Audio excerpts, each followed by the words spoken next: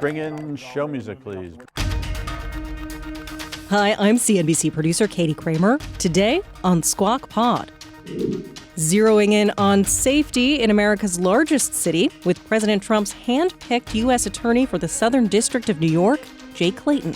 There are housing projects in the city that have open-air drug markets. We are going to target those. He was SEC chairman in the first Trump term, and now Clayton is also zooming out to national issues. I am worried, we talk about AI and things like that. I am worried that we preserve competition in these areas. Like, if we have only one AI provider, that scares the heck out of me.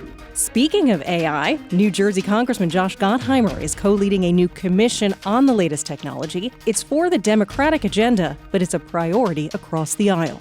A lot of us in a bipartisan way have been working together on AI legislation, whether you're talking about related to energy, you're talking about deep fakes, which of course are a huge issue, child safety. Plus, the president and Treasury Secretary Scott Bessent are closing in. Oh, yeah? It's on the list. On their pick for next Federal Reserve chair. This has been the most interesting parlor game, and we can all guess all we want. And a familiar face on late night without long memories. And I said, Stephen Colbert, everybody. And he said, thanks, Aaron. All that today, plus goodies that are typically just on our TV broadcast. Listen to it all today. It's Wednesday, December 11th, 2025. Squawk Pod begins right now. Stand Becky by in 3, 2, 1. Cue it, please. Good morning, everybody. Welcome to Squawk Box right here on CNBC. We are live from the NASDAQ market site in Times Square. I'm Becky Quick along with Joe Kernen and Andrew Ross Sorkin. And here we go again, folks. We're going to be looking at a couple of different people, but I have a pretty good idea who I want. President Trump now saying that he has a pretty good idea of who he wants to run the Federal Reserve once current Chairman Jay Powell is no longer in charge. The president telling reporters his team would be looking at several different candidates, so it sounds like they have not settled on one, though. He said that in recent weeks he has already made up his mind on the next Fed chair, so it's a little bit of a mixed messaging here. According to reports, President Trump is scheduled to meet with former Fed Governor Kevin Warsh, and that's supposed to happen today. Oh, yeah? It's on the list. Well, the Financial Times saying that National Economic Council Director Kevin Hassett is still in the lead, though, for the Fed's top job. During a Wall Street Journal event yesterday, Hassett said he wouldn't cave to political pressure to cut rates if he becomes the next Fed chair. He said he sees plenty of room to cut in the next months ahead, though. This has been the most interesting parlor game, and we can all guess all we want, but there's one person who knows, and he may change his mind. He may change his mind from time to time, too. And there's some scuttlebutt in the marketplace that, you know, and Leisman, I think will report on it at some point, that Kevin Hassett is not universally loved by hardcore traders, hawkish types that think, you know, versus a Warsh or something like that. And we've actually asked everyone when they come on, what about Kevin Hassett? Just, you know, being more of, you know, whatever President Trump is indicating, would he be more amenable to that than other more independent Fed? I don't know whether any of that's true, but supposedly there's a lot of, I don't know if you call it consternation. You've pointed out 420 now on the 10-year. Right, it's ticked up since Hassett became, but there's. By the way, it's done that from the beginning when the Fed started over a year ago to cut rates. While they were cutting 100 basis points, they don't control the long end of the. But at $38 trillion and what goes on in Congress, in the Senate, to see, you know, the 10-year really has been in a range of 4 to 4.5. Oh, and by the way, I think those are the bigger issues. Yeah, I mean, it's not 5. It's not the Fed chair. It's those are the bigger issues. Look at our national debt. Look at whether we're going to be able to get anything done. That's what probably controls the long end. I mean, anytime you ask somebody who's very serious about this, they say, look at the national debt. I think people would say that the absence of the vigilantes has been more notable than the return of the vigilantes. Nvidia, the H200 AI chips that the company is going to be allowed to sell to China will be subject to a special security review before they're shipped overseas. It's a Wall Street Journal report that is highlighting this issue. It says the chips will be made in Taiwan, sent to the U.S. for review, then forwarded back to China. And experts tell the Journal that one reason for the multi-stop journey could be to allow the U.S. to take a cut of the sales without the transaction appearing to be a constitutionally prohibited export tax. Meanwhile, the information reporting this morning is that China is holding emergency meetings with local tech companies to decide whether to let them buy the Nvidia H200 chips. That's something that, on social media yesterday, there were conflicting things saying that China doesn't want them. Yeah, things but no things, and that they would give grief to internal companies looking to buy them, and they want to know why they would buy these chips over domestically manufactured ones. There was also some scuttlebutt about what Congress thinks about this. Lindsey Graham, the Republican senator, saying he didn't feel really great about the sales of some of these chips. So you'll see what happens with Congress with this as well. Emily Wilkins joins us right now with this. She's got more on that front.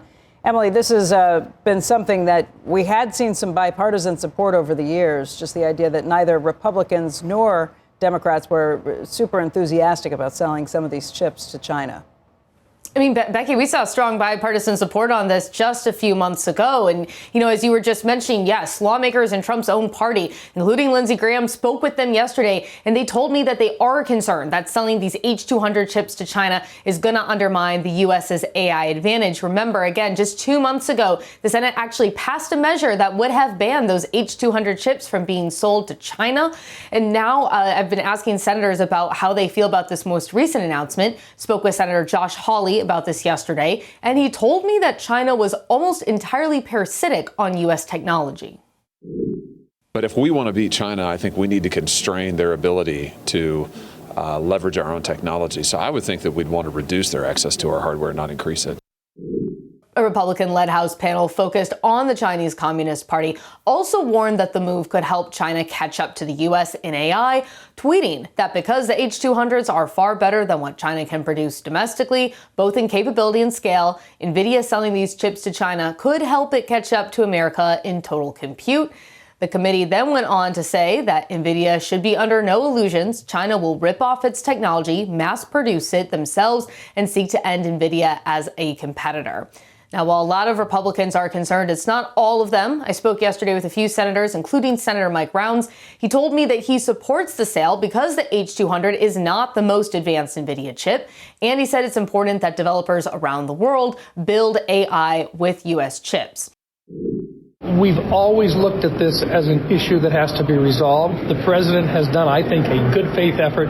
That's a step in the right direction for now. It is not our best chips, but at the same time, it allows our companies to control what I call the rails on which developers actually get used to putting in their products. And while the most recent efforts on Capitol Hill to limit those exports fell short, other bills that could gain support would require chips to be tracked in order to know where they are. Becky? So how does this play out? I mean, we could talk about people in Congress kind of popping off on this, but Congress has not seemed to be able to get its act together to pass much of anything these days. What are the odds that they get together and they pass something on this front? Yeah, Becky, I mean, there are still lawmakers who feel strongly about this, who are still pushing for this, still introducing legislation on this. I mean, I am interested to see exactly what happens with this debate over tracking chips. That's not something that Nvidia and others in the industry necessarily support. They have some concerns about it. But I think for lawmakers who are concerned about these chips potentially winding up in the wrong hands or about national security, that would be sort of a next place for them to look. Other than that, it's difficult to see anything passing at this point. I mean, this big defense package that has national security, that's kind of a go-to for bills like this. And the fact this one wasn't able to get in the final one that the House is voting on today and the Senate will vote on next week, I think is pretty telling about where this issue stands right now. Okay. Emily, thank you very much. Emily Wilkins. My next guest tonight is a best-selling author, financial columnist for the New York Times, and co-anchor of Squawk Box on CNBC. Please welcome back to The Late Show, Andrew Ross Sorkin. You got the new book. Let's push some paper. Thank you, sir. 1929, Inside the Greatest Crash in Wall Street History and How It Shattered a Nation. More on that later. Last week, we're gonna get to it. We're gonna talk about things, things we got a lot right of now. things going on right now. last week, as I was talking about earlier, we learned about the proposed Netflix Warner Brothers. Yeah. Everybody thought that Paramount had the inside track, and then Netflix comes in with this huge cash offer of $82.7 billion. That's billion with an illion. And now Paramount is launching a hostile bid for $108 billion. There's 26 more illions that they could have used on this show. Anywhere. They could have fed the homeless. Has the AI made any money? The AI? Well, the AI branch of each of, Google's got their AI. If they stopped investing in more and newer and better AI, they probably actually could make money. The problem is that they are in an arms race, and technologically, there's a place they're all trying to rush to get to, so they have to keep spending more and more and more money, and then we all are going to be using more and more of these services, and therefore it requires more and more power, and so that's where the economic problem becomes. That was last night on The Late Show with Stephen Colbert. We were talking a little bit about 1929. It veered into a question about AI bubbles, as you might imagine, and then veered into a conversation about the media landscape and, of course, Paramount, parent company of where he works, at least for now. His show's getting canceled, obviously, in May. A couple of fun jokes about, if you don't have the, given all of the supposed lack of money. But you got there and you immediately had 5 assistants devoted totally to you for They have a great team. They do. They have a very large team. They have a great, but I got to tell you, they're pros over there. They do a great job, and it was a lot of fun. But he was talking about, would you prefer to have Netflix as a buyer? Would you prefer, who, you, or just? I mean, just how to think about the royal you. And when I think in the end, we were talking about, which is actually I do think going to be different about this deal, is that shareholders are going to choose, and they're going to choose green. It's not like sometimes you have a board that chooses somebody because they think one's a better steward or that there's better synergies or whatever. Once you bring it just to the shareholders, I don't think Mario Gabelli, for better or worse, is going to sit there and say, I think this is a better buyer. I'd heard this morning that he may tender his shares. Right, but that's because he wants to get a bidding war. Because he wants the money. And he wants the higher number, which is interesting. And obviously then there's the question about theaters versus news. And there's an apples and oranges about both of the deals. They're not exactly the same deal. No, Paramount standalone versus Paramount with all the cost-cutting synergies that they would definitely want to do if they win this. I don't know what. I don't think either thing it portends great things for him being there past May. I know. Oh, for Stephen. Oh, for Stephen Colbert. I think Stephen, is done in May. I think this is not the end of Stephen. I just think the end of that show. Same at the Montclair Film Festival. So that's when we go there, because he's really big with that. He was great. His wife was there, by the way. She was on the show last night. She's involved big time, and they were too, so much fun. In Montclair. Yeah. Many years ago, and I was telling him this story. He didn't remember it. I introduced him at an event at the New York Public Library back before he was really famous, and I didn't know, frankly, who he was. And I said, Stephen Colbert, everybody. And hard T. You reminded him of it? Hard T. Right. Stephen Colbert. But interestingly, and he said, thanks, Aaron. Right. But the thing that's funny about it was, apparently half of his family goes by Colbert. So some of them roll the R's, and some don't. That's the less pretentious half.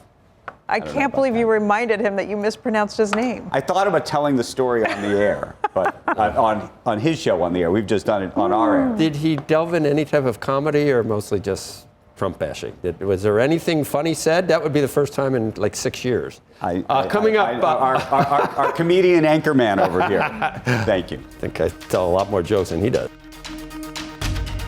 Cheese will be next.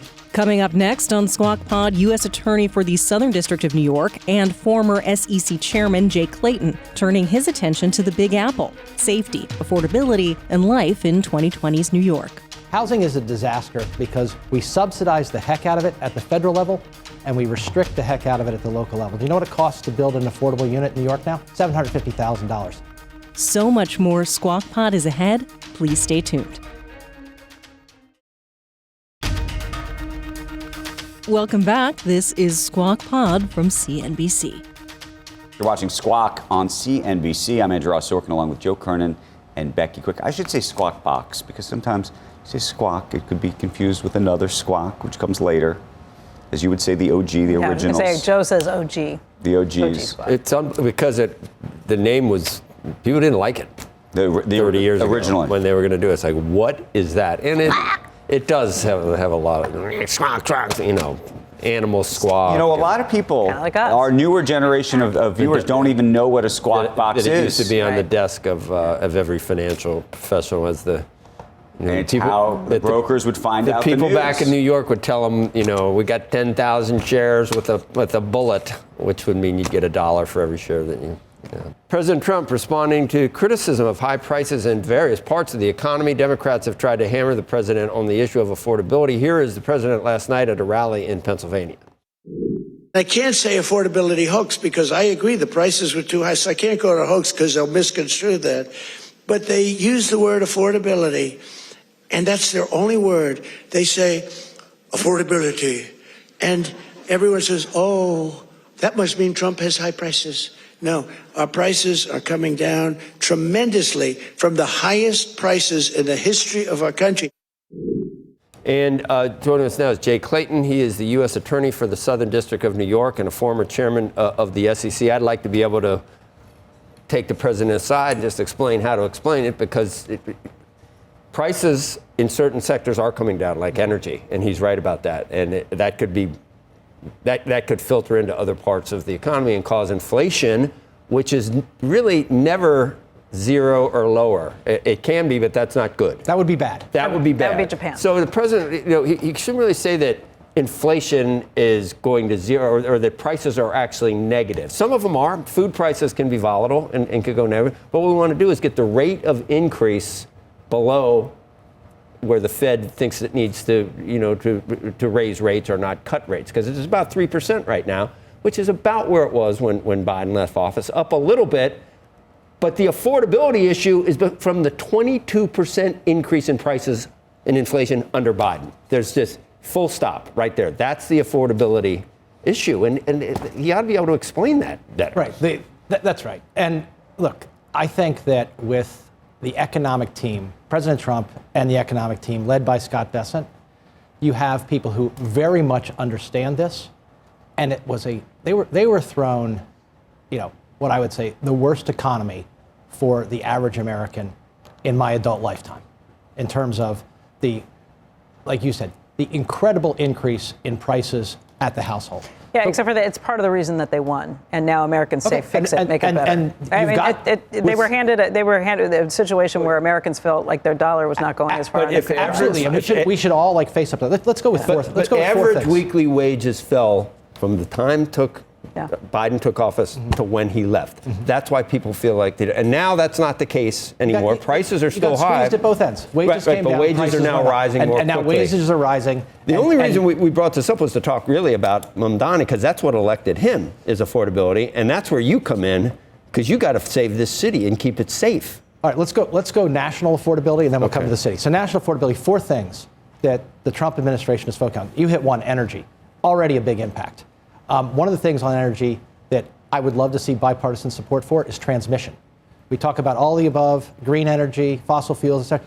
One of the reasons why your electric bill is still going up in New York is transmission. We have not invested in transmission. They're bringing prices down. They'll invest in transmission. Healthcare, okay? Why is healthcare so high? We have a cost-plus pricing model with opacity to the consumer. Get information to the consumer. You have Mark Cuban on. He's absolutely right on this. President Trump understands that. Scott Bessent understands it. Housing. Housing is a disaster because we subsidize the heck out of it at the federal level, and we restrict the heck out of it at the local level. Do you know what it costs to build an affordable unit in New York now? $750,000. If the replacement cost for affordable units or the incremental affordable unit is $750,000, that's why prices have gone way up. And you know what? Most of that delta, like I would say, way above the rate of inflation, is due to overregulation in the construction and the time it takes to build homes. So you got all those. And what else do people really care about? The cost of education. The cost of education has outpaced inflation, again, because we subsidize the heck of it, and we sell a whole bunch of things adjacent to education that we make people buy. It's not about the cost in the classroom. It's about all those extra costs that you make everybody buy who goes to college. Well, we've got all of that. Yep. Donald Trump can talk plainly to people about that, and he's doing it. And I think focusing on those 4 areas, we're gonna see results. And Hassett was on earlier this week, Kevin. He understands all this. And he said we're going to wage increases and I think he was implying since inflation never goes negative. So we're locked in. Those Biden increases of 22%, those are locked in. Prices are going to stay higher. So we need to grow out of it in terms of income levels to feel like you can afford it. This is why everyone fears inflation, because the effects of a jump in inflation, they never go away. They never go away. Right. And that's why you. And you add another 3% on. That's why economists on top of that. So inflation. Mamdani ran on that, and now I don't know what happens to the city that you said one of the things you can. Well, let's control. go to the city. How are we going to bring the cost of incremental units in New York down? Yeah. Or actually keep it We're from going increasing? What's say the you plan? can only charge $200,000 to build a house. Yeah, then no one builds a house. I know. I mean, like that's crazy town. I know. Okay, so one of the things that happens in cities is whether you have competence in government. Now, we had the most competent big city mayor, again, in my lifetime, in Mike Bloomberg. Right.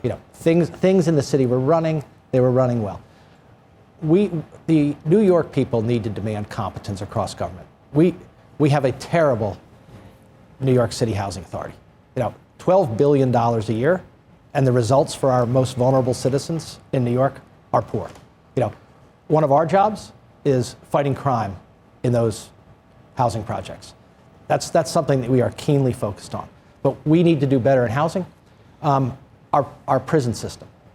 The cost of an inmate at Rikers is into the multiple hundred thousands. It's a wide range. When the cost in the federal system is, $50,000 to $70,000 per inmate. And that's a function of unions? That's a function of labor? Regulation. That's a function of what? All the above. Okay.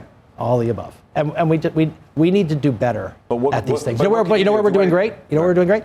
The New York Police Department. I mean, they are amazing partners to us. And they are really well run, top to bottom. Cops care, the brass cares. They really care about quality of life in New York. Have you spoken to the mayor-elect in this new role? I've not. You have not? I've not. Do you plan to? How does that work? How does that work? I'm sure at some point we will have to interact, his people, my people at the top. And I look forward to working with them. We have a great relationship with the New York Police Department. Right. We have good relationships across other parts of New York City. The better those relationships, the better we're going to do with public safety. One of the things that we were talking to Kathy Wild about just yesterday, who's now on the transition team and was working with the New York City Partnership, is this report just last week that the mayor-elect said that he was not going to be sweeping these homeless encampments, sort of tented camps, and what that portends for quality of life, but also just the humanity of some of the homeless and also crime. And I know you've been trying to take drugs off the street and other things in your role, and sort of how you think about that. She was pretty insistent that those reports were incorrect or misunderstood. What do you know about them? Well, let me tell you what I know I can focus on, and the folks. Open air drug markets, we just should not tolerate them. So Washington Square Park, we had an open air drug market. There are housing projects in the city that have open air drug markets. We are going to target those and bring them to an end. I don't want children walking through Washington Square Park having to dodge needles, seeing people, the horrible effects of drugs. I mean, so can I ask a question I about got in that? the subway over here last night, Right. and somebody was ODing. Well, my question about the Washington Square Park, I actually saw that news, and by the way, as a New Yorker, I was thrilled that you were doing that. Mm-hmm. It's been like that for years. For years, I don't understand. For years, and I always wanted to think to myself, it's kind of happened under COVID. It right, got but a lot why worse. is that? Why and is that a New York Police Department situation? Is that a mayoral situation? Is that a prosecutor? What leads to that, and for it to be as persistent and consistently happening for as long as it did? Or was it the change in the state laws? Many people engaged in that activity who are charged in the state system are released. They are not detained pending charges, Right. and very often the charges are pled down to misdemeanors and they don't do time. If you have 10, 20, 30 priors and you are dealing fentanyl that results in someone's death, you don't deserve to walk the streets. Right. But so my question, I think it was. I remember at the time it was around COVID, and they changed the laws at the state level for what people could be held for, and then at that point, the police officers are like, I put them in, they're out a day later. So I'm going to say it again, so New Yorkers hear it. When a person is brought before a judge, arraigned, and you consider whether they're going to be detained and held or not, risk to the public is not a factor you can consider. Okay, that's the law in New York. 99 out of 100 New Yorkers I explain that to say that can't be right. Wait, did that change 4 or 5 years ago, or has that always been the case? And it's absurd. It was 2020, You want 2021? to get gun violence down? Yeah. If someone uses a gun in a crime, detain them. Yeah. Jay, you may be right. It just doesn't sound to me like the mayor-elect, and I don't know this, so I don't want to project, is necessarily on board with the things you're saying historically in terms of... People ask me about that, and I say, we're the federal law enforcement. We don't touch every one of these crimes, but when something rises to the federal level... But that was my question. How do you, to the extent... That's what the people want. Every New Yorker wants it. But what rises to the federal level? When do you get to be involved? When does the city or state get involved? And where's the... Again, this goes to the relationship that you may or may not have with the next mayor. Mm-hmm. How's that supposed to work? Because there are lots of things that he disagrees with the federal government about, including we can get into ICE and everything else. Instead of going through the folds of federal jurisdiction versus state jurisdiction and the like, what I will tell you is where are we focused? Where we have federal jurisdiction, someone uses a gun in a crime in New York, we're going to look at that. And if we have clear federal charges, we're going to bring them. I think that's what New Yorkers want. What was your reaction to the mayor-elect? Every New Yorker, we have the most restrictive gun laws in the country. I don't disagree with you. But then we have gun crime, and we're going to let it go. But I imagine that there is going to be a back and forth between the state or the city and you about who gets to prosecute these cases. Well, on this, I don't think there's going to be a back and forth because this is our position, and as long as I'm in the job, this is going to be my position. What was your position on seeing the mayor-elect take to Instagram and social media and whatnot, explaining, he would say, to New Yorkers how to deal with or handle ICE raids and or knocks on the door? I don't know if you saw, but he did a sort of 2 or 3 minute explanation to New Yorkers and was pretty supportive of people saying don't talk to them, you don't have to open the door, you don't have to interact with them.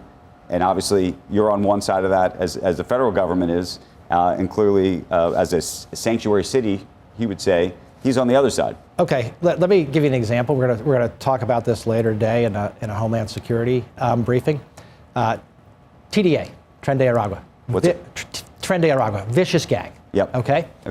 In May, we charged a number of members of that gang, many of whom were here illegally. Murder. Drug trafficking, sex trafficking. You know what? Shouldn't we be allowed to go pick those guys up? Mm-hmm. Oh, I'm not telling you you can't. I'm just saying I don't. No, I'm just saying that's where the mayor sits. That's my response. Like, you know what? You have people like that here illegally. Every New Yorker wants them gone. Mm-hmm. You're speechless? Let me ask you a related question. How do you feel about members of ICE pulling people off the street, wearing masks and the like? Look, let me ask you this. If people were targeting your home, would that bother you? If people were targeting They said, you know what, I don't like Sorkin. You guys are playing, let me ask you this. Yeah. Let me give you a worst case scenario. And I'm just saying, I think that But I have great sympathy for people who are doing their job as law enforcement officers whose homes are being doxxed. And they're wearing those masks so that people don't go to their homes and, give their children a hard time. I completely understand that. Would you feel the same way about just police? No, look, police, that's different. I don't think anybody's targeting the police's homes. Okay, let me get Andrew going on something else. So I got a list. So Trump says, I may or may not like Paramount. I may or may not like Netflix. I'm going to be involved in this decision. So is this the first time in the history of the country that a chief executive has decided which mergers pass muster and which don't? Yeah, a lot of times people say things are unprecedented. Like, what pops to my mind? Wage and price controls, right? I mean, we've had the executive branch get involved in things like that. You know what? Is it a good idea? But you know what's is it a good idea? It depends on what the American people want. If he is in a position, you can't ask him. But if he's in a position to staff all these agencies with like-minded people, that's basically what he's doing anyway. He just happens to be overtly saying that he has influence on what works and what saying the quiet part out loud. That was my point. Well, that's what we were discussing the other day, and saying just the quiet part. And Andrew wants transparency, but in this case, you don't really like the transparency. Well, I just don't know. What I don't know is, do you remember many years ago, AT&T was trying to buy Time Warner, and that deal under the last Trump administration. Right, under the last Trump administration, and that deal was blocked. And Macon Del Rahim, who used to come on the show, who now, by the way, works for Paramount, would say that it was his decision. The president never was influencing that decision at all, that he had nothing to do with it, that the way this whole system works is that the president's over here, and yes, he appoints the folks who run the Justice Department, but beyond that, it's a completely arm's length relationship. So they might find like-minded people, but that's the extent of it. This feels different because you're literally seeing, maybe for the first time, I don't know, the idea that both CEOs of both competing companies are going to visit the president at the White House, right? And not just that he's explicitly said out loud, maybe the quiet part out loud, that he's going to be actively involved in the decision. That feels new. If you talk to most lawyers who, where you used to work at Sullivan and Cromwell in the merger department, they would say, that's different. We haven't had that. At least we haven't seen that before. You don't think so? Well, I don't know that we've seen it in media before, but maybe. I mean, I am worried. We talk about AI and things like that.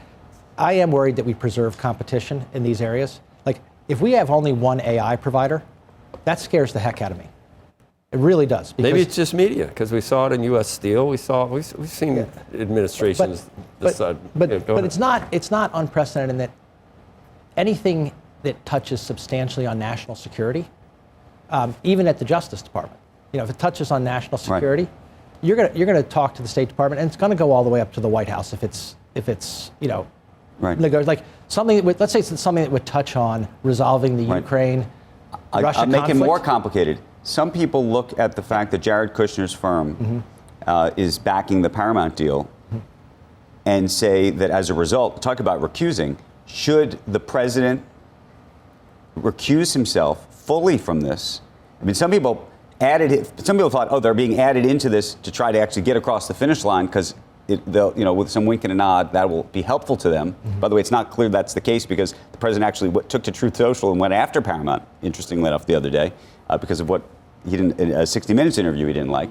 But the flip side is... I don't think you have to worry about this president making up his own mind. Sure, but the question for the public in terms of credibility and how these decisions are being made, do you say to yourself, because certain people are involved, at least historically in the legal universe, you'd say, you know what, I have a family representative that's somehow engaged with XYZ, I have to take a step back. I can't make this decision. Look, there's two ways to deal with it. You're talking about people do recusals, but there's also Joe's word, transparency. And transparency, knowing that all these factors and the American public knowing it, I think that's a good thing. All right. Where else do you want to go? Well, remember they asked me, well, where do you want to start? And I immediately said, I shouldn't tell you. I immediately said Comey, but you don't want to talk about it. We've done that. I know we have. Alina Habba. I mean, there's so many things. You are in the middle of so much stuff right now, Jay Clayton. But you know what? New York, we're going to make New York safer. I mean, I will tell you, I go to work. But you have 200 prosecutors. You're on the one hand to make it safer. You got another guy who could drive it right off a cliff. I can't worry about that. Really? I mean, New Yorkers, when New York is safe, New York hums. All right, Jay, thank you. So no broken windows? Is that basically the... Now, you know what? Broken windows, that's fine. That was it. But getting hardcore gun-toting criminals out of this city. That's what... All right. And just on that point, though. Uh-oh. What am I? I don't know. If you bring up guns with him, we got to take it to 9 o'clock if you bring up guns. I thought we had an extra minute, but maybe we don't. No, we don't. All I was going to ask. We did 2 minutes ago. I'm sorry about that, guys. No, all I was going to ask is, again, Jesse Tisch obviously is going to be running the police department. She's fantastic. And I think she is fantastic. And the question is, and this is the part I was trying to get at before, trying to understand, who actually gets to decide, who effectively prosecutes the case? You're asking, especially in the gun context. But you're asking a really good question about who decides in government. It's actually like who decides in a well-run business. The better you run your division, the more autonomy you get. That's right. What do good CEOs do? They focus on the places that aren't running well, and they let the places that are running well. I assume the police arrest somebody, and then they have to decide who to call. Right, but what I'm saying is the police department deserves a great deal of discretion and autonomy because they're doing a great job. Okay, we will leave it there. Jay, thank you. Thanks. Time now for today's Aflac trivia question. Who is the only actor who has starred in a #1 film across 6 consecutive decades? The answer when Squawk Box returns.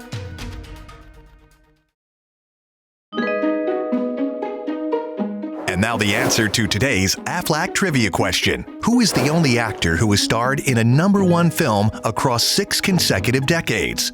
The answer, Sylvester Stallone. Wow.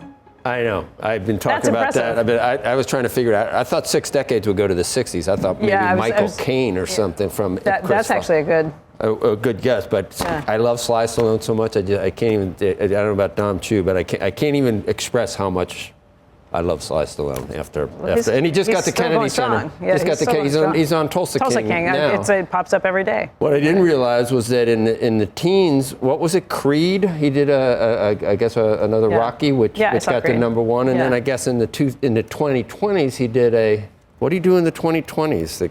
The Suicide Squad. I never saw #1. I didn't. Yeah. But you see what he looks like now? He's 80-something. Yeah. He looks pretty good. He's totally, and he's the same. And I think he's, Tulsa King is good. Tulsa King is good, and Tulsa King is, I think, the Taylor Sheridan. It is Taylor Sheridan. Which NBC. He's moving over. That's a big deal. But not the show, but he's moving. But that's a big deal for in 29. He's got everything. Oh, in 29.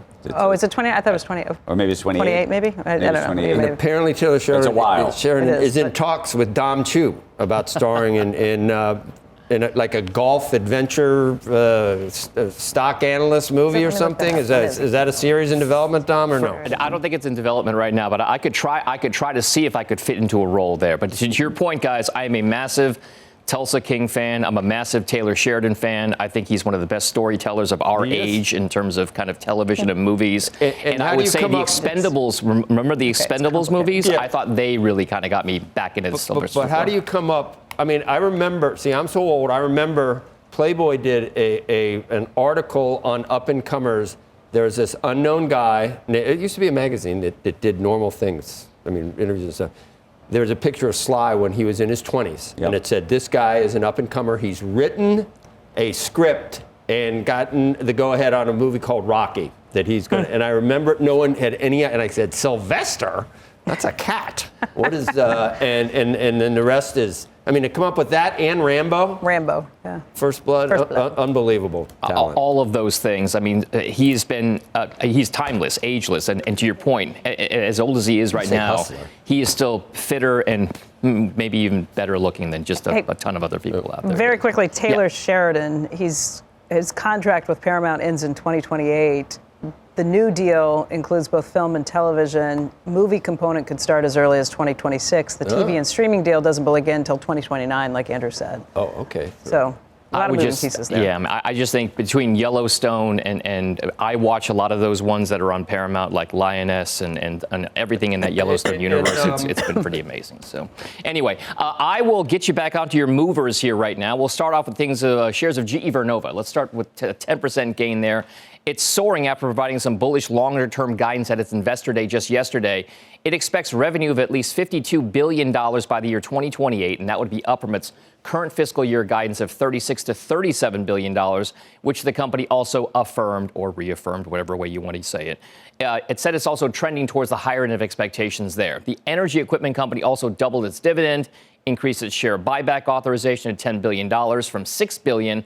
And a slate of analysts who cover the stock this morning are also moving to raise their ratings and price targets, or some combination of both, in all the wake of the news. So keep an eye on GE Vernova, up 10%. Meantime, GameStop is falling today after reporting revenues of $821 million in its third quarter.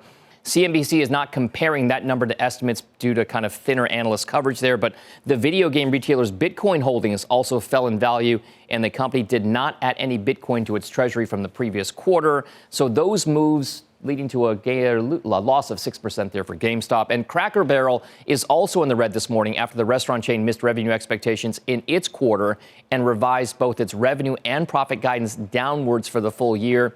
Comparable restaurant sales also fell more than expected. The company CEO cited, quote, unique and ongoing headwinds in those results, which come after its, of course, poorly received rebrand attempt in August of this year. So Cracker Barrel shares down 6.25%. Joe, I will send things back over to you, Becky, and Andrew. Thank you, Dom. You're very welcome. Okay. With AI super PACs projected to spend $100 million in the 2026 midterm elections, our next guest will weigh in on the future of AI policy on Capitol Hill. I want to welcome Congressman Josh Gottheimer of New Jersey. He will co-lead a new House commission, the House Democratic Commission on AI and the Innovation Economy. And Congressman, welcome. Thanks for being with us today. Thanks for having me, Becky. This is just a Democratic committee that's going to be looking at this, because the Democrats and the Republicans are looking at AI regulation pretty differently. Most of the Republicans are saying that they don't want to see state-by-state regulation of this, that there should be one federal policy to regulate AI. And by the way, they think that that policy should probably have a pretty light touch. What are you thinking along with the people on this committee? Well, first of all, the reason we put this commission together, led by Hakeem Jeffries, our Democratic leader, is there used to be, last Congress, a bipartisan committee doing it. The Speaker this time decided not to bring that together again. So Leader Jeffries, along with many of us, said, this is not something we can't get ready for, given how exciting AI is. And of course, we want to make sure it's done the right way and that we lead the world with appropriate guardrails. And so that's why this commission was born. And I think we'll bring together good ideas on policy and legislation. And to your point, Becky, I'm not opposed to actually a federal preemption law. It's just got to be done the right way. We want to make sure we have appropriate carve-outs for states, and everything from child safety to transparency to stop deepfakes and protect consumers. So I see this as an opportunity as overall for the Congress to really lead and for Democrats to lead the way and to have really smart conversations with stakeholders. But of course, you want to do it the right way. You actually want to have that conversation, and that's what this commission is all about. Hey, Congressman, it's your Jersey friend. I don't think I'm in your district, though. Is he your? Hey, Joe. He is in my district. Joe, you're welcome to my district anytime, man. Congressman Josh Gottheimer. That's like a portmanteau, right? Politics is such a dirty business. I was upset with you, and I'm going to let you answer this, because I see some of the great stuff you do in a bipartisan way with the problem solvers. I thought your ads when you were running, what were you running for? Yeah, they were like so just left-wing talking points that weren't really like you. Do you know which ones I'm talking about? When you were running for, what was it? The ones talking about the ones talking about how we need to lower taxes in Jersey and make it more affordable for people. See, you're not letting me talk. The ones where you said tax cuts for billionaires and the rich and corporations. By the way, Joe, I'll challenge you. I would never run an ad saying I would never run an ad about that. So you must be looking at some other candidate. I believe in opportunity for everybody and lower taxes. I know you do. I know you do. No chance. That's why I was shocked. There's no chance. By the way, there's no chance. It sounded like Dark Brand. Joe, you find that ad and send it to me. I don't know. Might have been PAC. No way. Might have been PAC money. No way I would have run that ad. Could have been Dark Brandon. By the way, in Jersey, we got to lower taxes and lower costs for people, including energy bills. This is the which Josh are way I too know. high, and healthcare. So let's I'm go. going to look it up. All right. That, you know, that next was not time me. Look it up, man. We're running Look it up. next time, my friend. Next time we'll have the damn thing, and we'll run it. By the way, run that. By the way, run that ad because I don't know what you're talking about. So there's no way I ran that ad. I was really disappointed in that. Maybe it was a PAC ad. Yeah. Oh, they're looking for it right It's not now. me, man. Oh, that would be good. They should find it. Go ahead. Congressman, let's talk a little bit more about the AI situation because, look, it's been 3 years since OpenAI came out and hit consumers. We don't have any regulation that has been brought up around that. We still don't really have federal regulation that strongly regulates any of the social media companies that have been out there for 15 years or longer. What do you tell people? What do you get around that? How do you find ways to actually come to an agreement to something that gets done? Well, the good news on this, Becky, is a lot of us in a bipartisan way have been working together on AI legislation, whether you're talking about related to energy, you're talking about deep fakes, which of course are a huge issue, child safety. There's actually plenty going on in the Congress around that, and bipartisan. And I think everybody agrees we've got to do something, that we want to seize all the opportunity, whether it's healthcare related, education related, science related on AI, right? It's incredible what's going on and the opportunities ahead, but also you want to make sure there's appropriate guardrails. You got to think through jobs and everything else that I think are really important that people rightly have big anxiety about. So there's a way to do this. We just have to do it right. I think we've got to have the conversation. We can't ignore it. And that's why this commission exists. And Ted Lieu and Valerie Frusci and I, the three of us, are going to be focused on how do we bring in the stakeholders, talk to the developers who are doing this and obviously those who are involved, and have a smart conversation. I'm having one in just an hour from now with a few folks who are from the space and doing incredible work. So to me, that's how this should go. We should be smart, but we have to be ahead. This is happening, and the key is from a national security perspective, whether you're talking about chips, how do we think through to be smart? Because in my opinion, we should not be selling the latest technology to our number one adversary, China. That's not a smart move. We've got to stay competitive and have our qualitative edge. And so there's a lot of issues here to think through. We just got to do it in a smart way. What's happening with healthcare? We're getting to the end of the year. Those healthcare subsidies for ACA are going to expire. I know you were with us last time we were on talking about ways to try and maybe get some bipartisan support on that. Where do things stand? So Becky, that group, when I saw you last, we actually are putting out a piece of legislation today with several dozen people on it.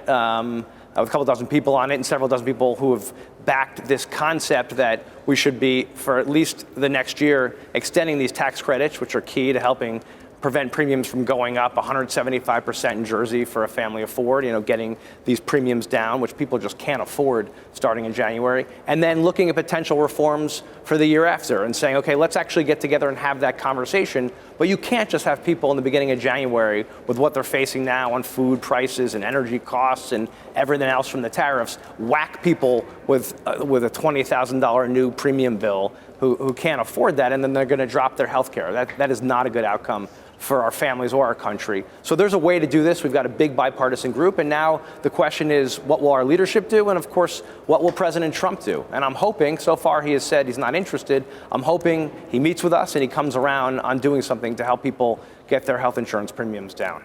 Even if those subsidies are extended for the next year, that only covers 22 to 24 million people. Healthcare costs, insurance costs are going to go up for Americans who are not covered by the ACA. How do you tackle that bigger problem? Right. Is there a movement afoot? Well, so part of our proposal, of course, is PBM reform, which was almost done. That'll help. We need a lot more, and we could talk about this for a while, about what needs to be done with PBMs to get more transparency in pricing. We've got hospital pricing issues. There's a lot of places where we could use reform, and that's what we're talking about. But you're right, Becky. I mean, listen, for nearly every American, they're facing higher health insurance costs, which are unacceptable, and they keep going up significantly. In this case, you're talking about 24 million Americans to help them immediately, but it'll affect other people, of course, who decide to drop out, and affects the pool, and everyone's insurance goes up when 24 million people have their insurance premiums go up. It's a lot of people, it's a lot of families who are struggling. Might have been the one where there was AI, you were in a boxing ring and you were punching Trump or something, and he was your opponent, and... Oh, we're fighting tough. Oh, yeah. You were fighting Trump, and you were hitting him over chaos, tariffs, and failing to cut costs for working. You want to cut taxes for the middle class, not for the rich, like Trump did, right? Joe, what I said was I want to fight hard. Listen, if you're a big tariff guy, I'm in a different place on that. I don't think tariffs weren't nearly as bad as we thought. So I want the Biden tariffs or the Trump that he left on, or the Trump tariffs? The Trump tariffs that he's imposed across the board. And by the way, all I'm saying is I was going to fight him against those tariffs, and I fight hard for the people I represent, man. So and I have no apologies for that. Well, I'm still paying salt. That was a good ad. So what happened there? It's still killing me. I need no cap. Well, on that, we got. I need no cap. I'm with you on that. That's what I argued for. I'm with you, Joe. You and I are on the same place on that. I'm moving. We should be full deduction on salt. If I move to Ridgewood, can I vote for you? You can move to Ridgewood. Yeah, I would love to have you in Ridgewood. I'll get somebody to show you a place later today. Yeah, it's a great place. Near the duck pond. Becky and I don't know if Becky will. I don't know if Becky will let you in that close to her, but we'll welcome you up in the north anytime. I can touch her from where I am. I wouldn't, but I can't look. We're right. Wait, you need a wide shot. Congressman, thank you very much. It's great to see you. Thanks for having me. And that is the pod for today. Thanks for listening. Squawk Box is hosted by Joe Kernen, Becky Quick, and Andrew Ross Sorkin. Tune in weekday mornings on CNBC at 6 Eastern. Follow Squawk Pod wherever you get your podcasts. And let us know what you think. Please rate or review Squawk Pod on Apple Podcasts. Share your thoughts in just a few words and help other listeners find us as well. We'll meet you right back here tomorrow. We are clear. Thanks, guys.